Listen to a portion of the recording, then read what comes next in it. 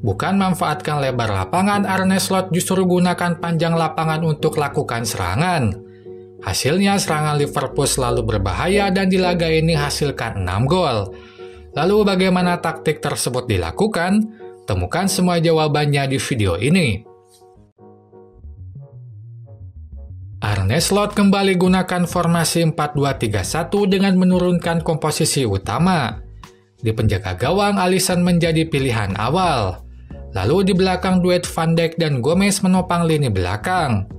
Di depan Diaz dan Salah masuk kembali line up dengan Szoboszlai yang ada di belakang Diaz. Yang patut diingat adalah posisi Szoboszlai karena akan dibahas lebih lanjut nanti. Saat lawan mulai kuasai bola, Liverpool lakukan high block. Tampak pemain Liverpool menekan sejak di pertahanan. Hadapi hal tersebut, Tottenham kadang langsung lakukan umpan panjang ke depan. Misalnya saat Pro lakukan umpan ke Solanke. Sayang Van Dijk sudah membaca pola tersebut sehingga ia terus menjaga Solanke. Hasilnya umpan panjang tersebut dapat dipotong dan serangan terhenti. Hal yang sama pun terjadi saat bola sudah ada di tengah. Eksploitasi panjang lapangan kembali dilakukan Tottenham.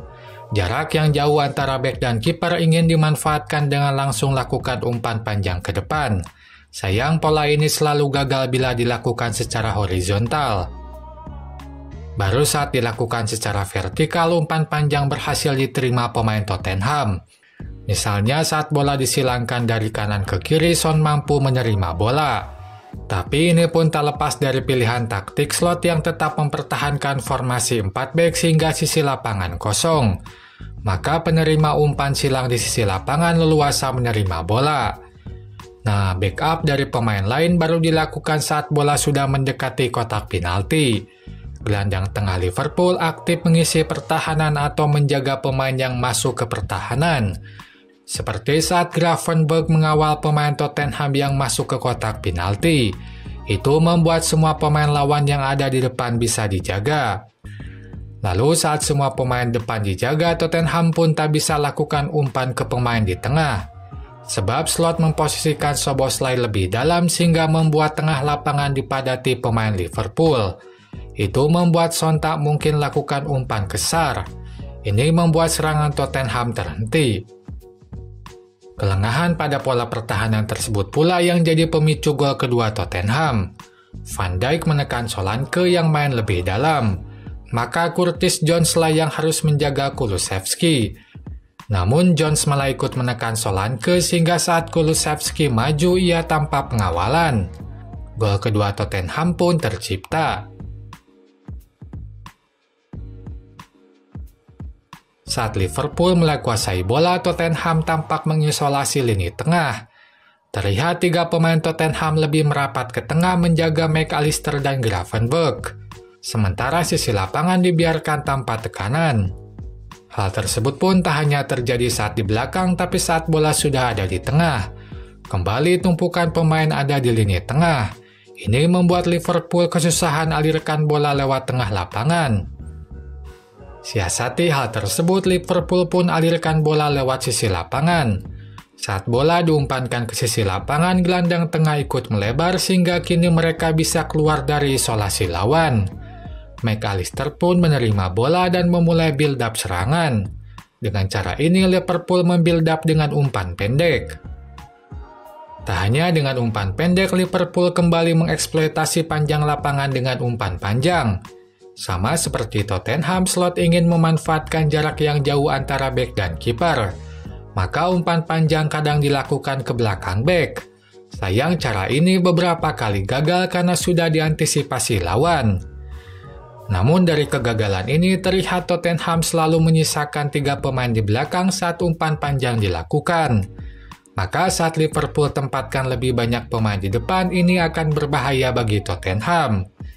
Itu pun mulai dilakukan Slot sejak akhir babak pertama sampai babak kedua. Misalnya saat Arnold lakukan umpan panjang ke depan, terdapat 4 pemain Liverpool dan hanya 3 bek lawan. Sehingga saat bola diumpankan ke Salah, situasi keunggulan jumlah terjadi. 4 pemain Liverpool hanya dihadang 2 bek lawan. Salah pun menggiring bola ke pertahanan lawan. Lalu ia punya dua pilihan untuk mengumpan yang kedua-duanya sangat berbahaya. Umpan pun diberikan ke kanan ke Szoboszlai. Szoboszlai pun mampu ciptakan gol. Tak hanya dari belakang, Slot kembali berusaha eksploitasi panjang lapangan dari tengah lapangan. Sekali lagi, jarak antara bek dan kiper yang jauh coba dimanfaatkan. Maka dibanding menahan bola dan menunggu Jota maju, Salah langsung umpankan bola ke depan. Diaz mengejar bola dan mampu menguasai bola.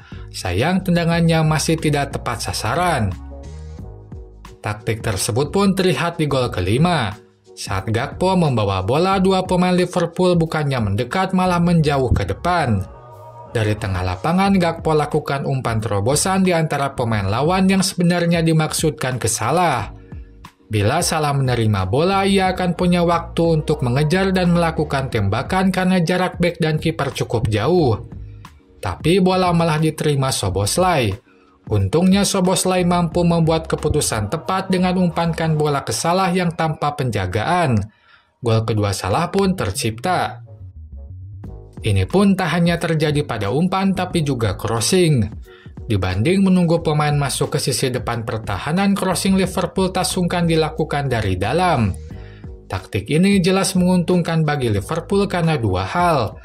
Pertama, Szoboszlai banyak sejajar di depan tengah sehingga Liverpool seolah-olah bermain dengan dua penyerang.